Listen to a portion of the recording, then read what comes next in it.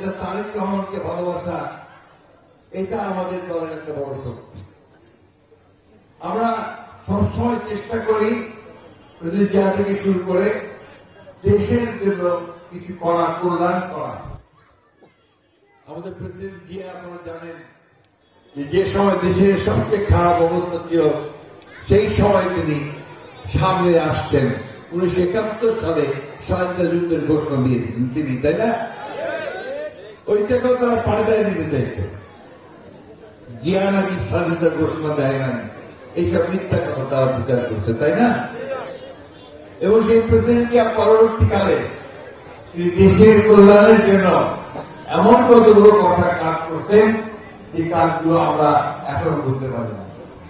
তিনি প্রথম এই দেশের সংবিধানের মধ্যে, যেহেতু দেশের 93% মানুষ মুসলমান, সেই কারণে তিনি এটাতে বিসমিল্লাহির রহমানির রহিম সংযোজন করেছিলেন। তিনি প্রথম যিনি এই সংবিধানের মধ্যে, কনস্টিটিউশনের মধ্যে আল্লাহর উপরে অবিচল আস্থা বিশ্বাস, এই কথাটা তিনি সংযোজন করেছিলেন।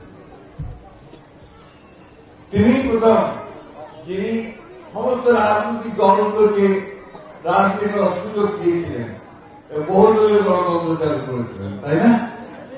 তিনি প্রথম যিনি, এই যে সাংবাদিক ভাইরা এখানে আছে, তখন কিন্তু সমস্ত সংবাদপত্র বন্ধ হয়ে গিয়েছিল, এই হাসিনার বাবা শেখ মুজিব ছিল, তিনি সেটাকে করে দিয়েছিলেন, অর্থাৎ সংরক্ষণের স্বাধীনতা নিশ্চিত করেছিলেন।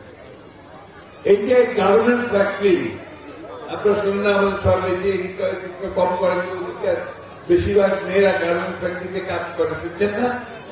আমাদের দেশের যে আয় হয়, যে আয়টা আমরা করি, তার বেশিরভাগ আসে কিন্তু আমাদের এই গার্মেন্টস ফ্যাক্টরিতে।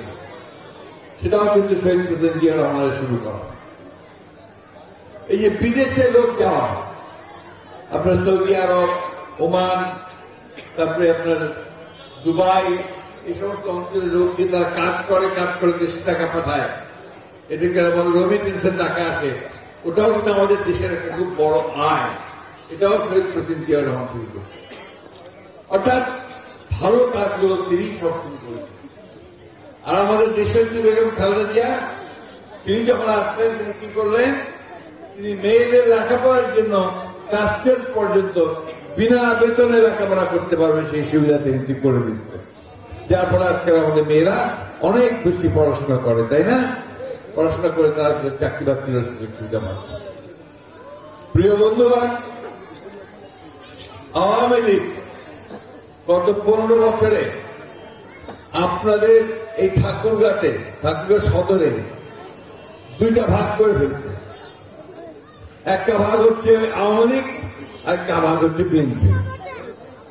বিএনপির কোন লোক চাকরি পাবে না, গোষ্ঠীর মধ্যে যদি কেউ থাকে তাও চাকরি পাবে না, মসজিদ হবে না, মসজিদে কোনো টাকা দেওয়া হবে না, বিএনপির কোন স্কুলে, কোন মাদ্রাসায়, কোন কলেজে টাকা দেওয়া হবে না। এগুলি করছে না কি? আখাড়া করে লোক কই আছে? পয়সা নাকি তোমার? আওয়ামী লীগ আমাদের টাকা পয়সা হিসাব নিকাশ পয়সা দিত? জিরানন্দ তো পায়নি, কারণ জিরানন্দ বিএনপি। টাকার উপর পাইছে? পায়নি। রুইয়াও একই অবস্থা, যারা শুধু আওয়ামী লীগ করছে তারা পাইছে, তারা কেউ কিছু পায়নি, যতই বলুক, আমি দেখছি আপনার। আর যে স্কুলটা বিএনপির হাত দিয়ে তৈরি, ওটা তো পায়নি। ব্যারিস্টার জমিরুদ্দিন সরকার স্কুল আছে না আমাদের জব্বর সাহেবের, দিছে কোন অনুদান? কোনদিন অনুদান দেয়নি, পাশেই কিন্তু জব্বরের চাকরি ছিল, এখন তো চেয়ারম্যান হয়ে গেছে, ভালো হয়েছে, আরো ভালো করবে ইনশাআল্লাহ। সবাই আমার ছাত্র, এই একটা সুবিধা।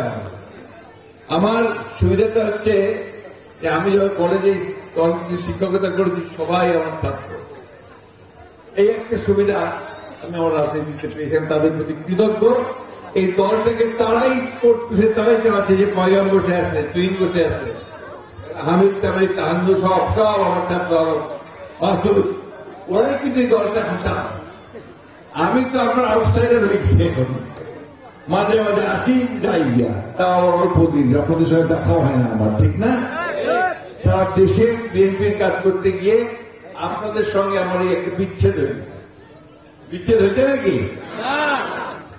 বলেন না, বিচ্ছেদ হইতে ইনশাআল্লাহ আমিও ভাবে বিচ্ছেদ হয় না, টিভিতে থেকে এই জন্য বিচ্ছেদ হয় না নাকি? আচ্ছা, দেখা যায় অন্তত। আচ্ছা, আমি এখন যে কথাটা আপনাদের বলতে যাব, যেটা অনেক খারাপ সময় আমরা পার করে আসছি, তাই না? 15টা বছর আমাদের উপর দিয়ে অনেক অত্যাচার দিচ্ছে, এই বিএনপির উপর দিয়ে অনেক, আর বিয়ের সমর্থক তারা, আর চেয়ারম্যানটা আরো বেশি, মামলা মোকদ্দমা শেষ নাই, ও মামলা আসামি করছে, অপরাধ একটাই বিএনপি করে। তো এখন 15 বছর পর আমরা চেষ্টা করছি মামলাগুলো যেন আমরা সামলাতে পারি, আমাদের নির্দোষ লোকেরা যেন কোনো সাজা না পায়, সেইভাবে আমরা আপনার কোর্ট কাছারি আমরা দেখি, আমার নেতারা সবাই নেতারা সেগুলো দেখি, এবং আল্লাহর হুকুমে সমস্ত মামলাগুলো প্রত্যাহার হয়ে যাবে। কতগুলো শেষ হয়ে গেছে, কতটি কারণে সেগুলো শেষ হয়ে গেছে। এখন আমরা তো পুরনো অতীত নিয়ে পড়ে থাকলে চলবে না, আমাদের কিন্তু নতুন করে সামনের দিকে তাকাতে হবে, তাই না? আমাদেরকে এই বিএনপিকে আরো শক্তিশালী করতে হবে, যাতে করে বিএনপি ভবিষ্যতে দেশের আরো বেশি কাজ করতে পারে। চিরালমের যে স্কুলগুলো হয় নাই, বিল্ডিং হয় নাই, টাকা পায় নাই, মাদ্রাসা মসজিদ হয় নাই, সেগুলোকে যেন আমরা করতে পারি, আরো লুটপাট করে নিয়ে গেছে, সেগুলোকে যেন আমরা ঠিক মতো করতে পারি, তার ব্যবস্থা করতে হবে, তাই না? আমরা সেই কাজটা করব। আমাদের এই চিরালমের কিছু এলাকা আছে, এই এলাকাতে পানির খুব অভাব, মানুষ চাষাবাদ করতে পারে না। এই সমস্ত এলাকাগুলোতে আমরা সেচের ব্যবস্থা করব, ডিপ টিউবের ব্যবস্থা করবো, যাতে পানির ব্যবস্থা। রাস্তাঘাট যেগুলো হয়নি সেগুলো ইনশাআল্লাহ আমরা করার চেষ্টা করব। কিন্তু সবচেয়ে বড় কথা ভাই, যে আমাদের এই যে বেকার ছেলে মেয়ে অসংখ্য, চাকরি বাকরি নাই, ছেলেপেলেদের মাস্টার্স করে বাড়িতে কোনো চাকরি বাকরি নাই, এদের চাকরি বাকরি দেওয়ার জন্য সমস্ত ব্যবস্থা আমরা করবো ইনশাআল্লাহ। মা বোনেরা এবং বন্ধুরা, ভাইয়েরা, এবার আমাদের সবচেয়ে বড় মনে করতে হবে এই অল্প সময়ের মধ্যে আমাদের নিজেদের গঠনকে আরো শক্তিশালী করতে হবে। নির্বাচন দিতেই হবে, আজকে হোক আর কালকে হোক, দিতে হবে না ভাই? 15 বছর তো আমরা ভোট দিতে পারি না, পাশে আমরা ভোট দিয়ে পড়ছে, তো ভোট তো আবার 15 বছরের পরে আসতেছে, আমাদেরকে ভোট দিতে হবে। সেটা 2 দিন দেরি হতে পারে, আগে হতে পারে। সরকার আমরা সবাই মিলে কিছু সংস্কারের কাজ করতেছি। ওই আপনার যখন পুকুর মধ্যে যায়, পানি থাকে না, তখন কাটে এনে আবার আপনার থেকে পানি আনতে হয় না, এখন এটাকে পানি আনতে হবে এই দেশটাকে। এই দেশটাকে সংস্কার করে আবার কাজ করার মতো উপযোগী করে গড়ে তুলতে হবে। যে জায়গায় খারাপ আছে সেটাকে ভালো করতে হবে। সেই কাজটা আমরা 31 দফা দিয়েছি আমাদের দল থেকে, তার কমিশন দিয়েছে। সেখানে আমরা সেটাকে চাই যে সেইভাবে কাজ করে অতি দ্রুত নির্বাচনটা হোক। কিছু কিছু মানুষ চেষ্টা করতেছে নির্বাচনটা দেরি হোক, না হোক। কেন? এগুলো না হলে ওদের সুবিধা, ওরা আরো দুষ্কর্ম করতে পারবে, আরো চুরি চামারি করতে পারবে, এই সমস্ত সুবিধা তাদের আছে। আমি চুরি করে শেষ করে দিয়ে গেছে, 26 লক্ষ কোটি টাকা চুরি করছে। 1-2 টাকা না, আমি গুনিবা পারিনি, আপনারা পারবেন কিনা জানি না। 26 লক্ষ কোটি টাকা। একটা দেশে আর কি থাকে, এমনি গরিব দেশ আমাদের, এরা লুট করে বিদেশে পাচার করে বিদেশে বাড়ি ঘর তৈরি করতে, ব্যবসা বাণিজ্য করতে, ছেলে মেয়েদের লেখাপড়া করতে, আর আমার স্কুল থেকে টাকা চুরি করে নিয়ে যাচ্ছে। এই যদি অবস্থা হয়, সেই দেশে আওয়ামী লীগকে আর কেউ চাইবে? মানুষ আওয়ামী লীগকে আর ভোট দিবে? আমরা এই ঠাকুরা অঞ্চলের মানুষ সবসময় কিন্তু আওয়ামী লীগ প্রধান আমাদের প্রতিপক্ষ পাইছি, তাই না? এবং এই এলাকার অনেক মানুষ কিন্তু আওয়ামী লীগকে ভোট দিতে, কিন্তু এখন দেখবেন এখন আর আওয়ামী লীগকে কেউ ভোট দিতে চাইবে না। কারণ গত বছরগুলোতে তার যে একটা অবস্থা তৈরি করছে, সেই অবস্থাতে এই দেশের মানুষ আর আওয়ামী লীগকে চায় না। তো আমরা সেই নির্বাচনের জন্য প্রস্তুতি নিব, দলটাকে আরো সুন্দর করে গড়ে তোলার চেষ্টা করব। এবং একটা কথা আবার আমি বলতে চাই, সবটাকে বলে আসছি, আমরা তো আছি, আমাদের হিন্দু সম্প্রদায়ের ভাইরা আছে, তাই না, মা বোনেরা আছে, তাই তো, তাদেরকেও যেন আমরা একইভাবে দেখি, আমাদের পাশাপাশি দেখি, সেই কথাটা আমাদেরকে মনে রাখতে হবে। তাদের মধ্যে যেন কোনো ভয় ভীতি কাজ না করে, আমরা যেন তাদের কাছে ভাইয়ের মতো, বন্ধুর মতো গিয়ে পাশে দাঁড়াতে পারি, সেটা আমাদেরকে নিশ্চিত করতে হবে। কারণ আমরা একই মাটির সন্তান, একই বৃত্তের দুটো ফুলের মতো। আমাদের দায়িত্ব হচ্ছে যে তাদের বিপদে আপদে তাদের পাশে গিয়ে দাঁড়াবে। আমার একটা ঘটনা মনে পড়লো, অনেকদিন আগে, তখন আমি পৌরসভার চেয়ারম্যান ছিলাম। আমি তো অনেক কিছু করছি, পৌরসভার চেয়ারম্যানও ছিলেন। সুযোগ চেয়ারম্যান ছিলাম, ওই সময় একটা ঘটনা ঘটলো, বাবরি মসজিদ অযোধ্যাতে, মনে আছে, বয়স্ক মানুষেরা আছে, ভারতের বাবরি মসজিদ ভেঙে দিল। তখন আমাদের বিএনপি সরকার ছিল, বেগম খালেদা জিয়ার প্রথম সরকার। উনি ভাবলে গেলেন যে বাবরি মসজিদে একটা মসজিদ ভেঙে দেওয়া বাংলাদেশে তো এখন খুব বিপদ হয়ে যাবে, একটা কমিউনাল রায়ট শুরু হয়ে যেতে পারে। এই চিন্তা করে তিনি সমস্ত জেলাগুলোতে জেলা প্রশাসকদেরকে, পুলিশ এসপিদেরকে সবাইকে বললেন যে সবাই অ্যালার্ট হয়ে যাও, বিএনপি নেতাদেরকে সবাইকে বলে দাও, সবাই মন্দিরগুলো পাহারা দিবে, হিন্দু পাড়া বহুদিকে পাহারা দেবে। আমি যখন পৌরসভার চেয়ারম্যান,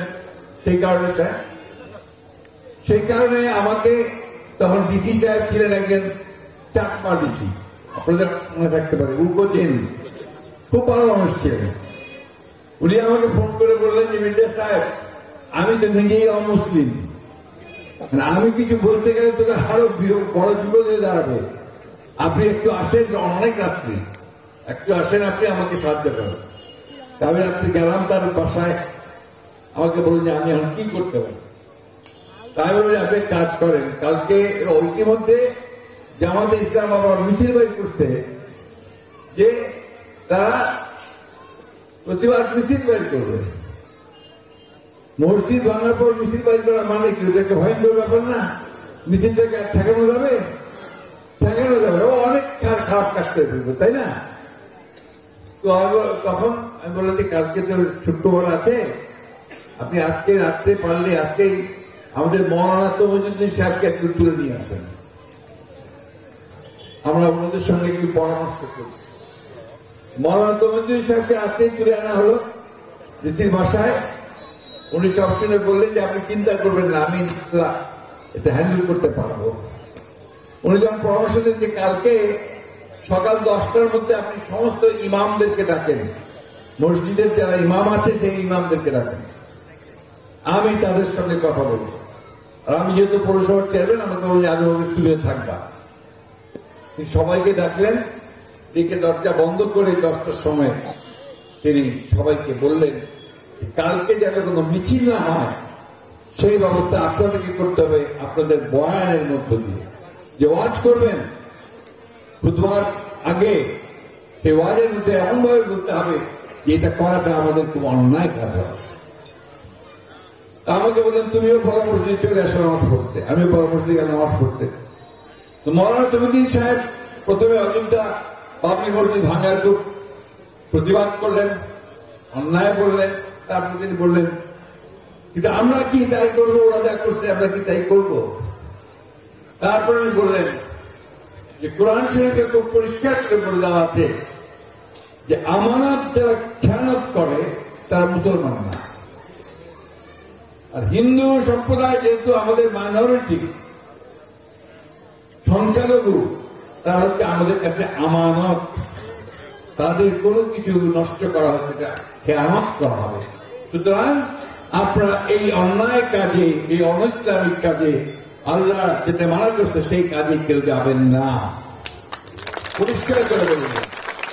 তারপরে তিনি আরেকটা উদাহরণ দিলেন, বললেন যে হযরত আলী একটা ইহুদিদের সঙ্গে একটা যুদ্ধের পরে সন্ধির আলোচনায় বসতে, একটা ইহুদিদের একটা উপাসনালয়, ওখানে যে ছায়া পড়তে, সেই ছায়াতে বসে সন্ধির আলোচনা হচ্ছে, সন্ধির আলোচনা হচ্ছে, সন্ধির আলোচনা চলছে। সেই সময় আসরের নামাজের ওয়াক্ত হয়ে গেল। তো তখন তো হযরত আলী বললেন যে আমার তো নামাজ পড়তে হবে, আমাকে একটু জায়গা করে দেন। ওরা করলে তো যে ছায়াটা পড়ছেন না, ওখানেই আপনার জানামাজ দিতে হবে। উনি জানামাজটা বিছিয়ে কিছুক্ষণ পরে উঠে গেলেন, উঠে দূরে গিয়ে নামাজ পড়লেন। নামাজ পড়ে ফিরে আসলেন, তখন ইহুদিরা বললো, হুজুর আপনি কি আমাদেরকে অবজ্ঞা করলেন, ঘৃণা করলেন যে আমাদের উপাসনার পাশে আপনি নামাজ আদায় করলেন না? না না, তা না, আমি নামাজ আদায় করলাম এখানে এই জন্য যে আজকে যদি আমি এখানে নামাজ আদায় করি তাহলে এটা তোমার উপাসনায় থাকবে না, এটা একটা মসজিদ হয়ে যাবে।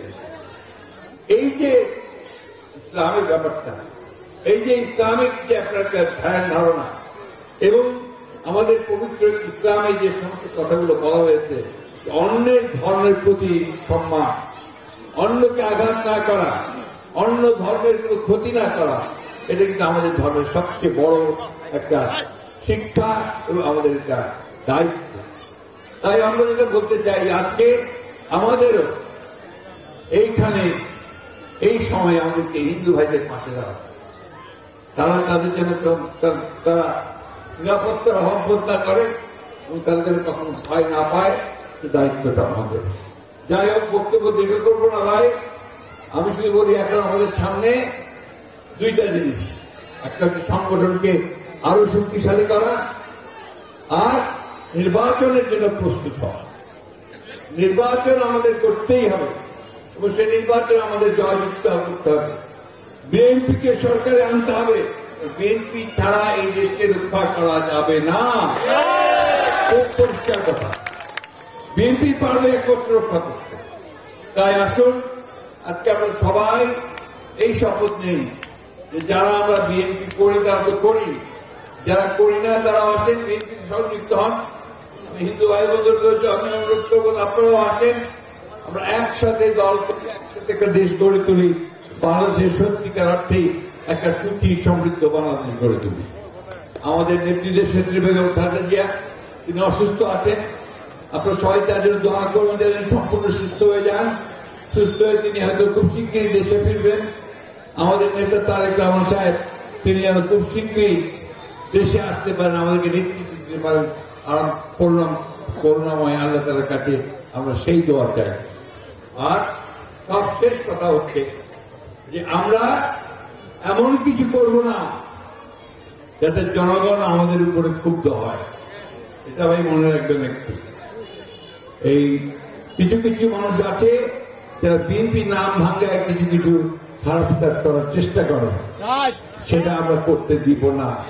আমরা যদি এটা কাউকে পাই, আমরা সাথে সাথে তাকে আইনের কাছে সোপর্দ করব। ঠিক আছে? ঠিক আছে তো? আর বহুদিন তো নির্বাচন হয়নি, বুঝছে না? মার্কাতে কি মনে আছে? হয়নি।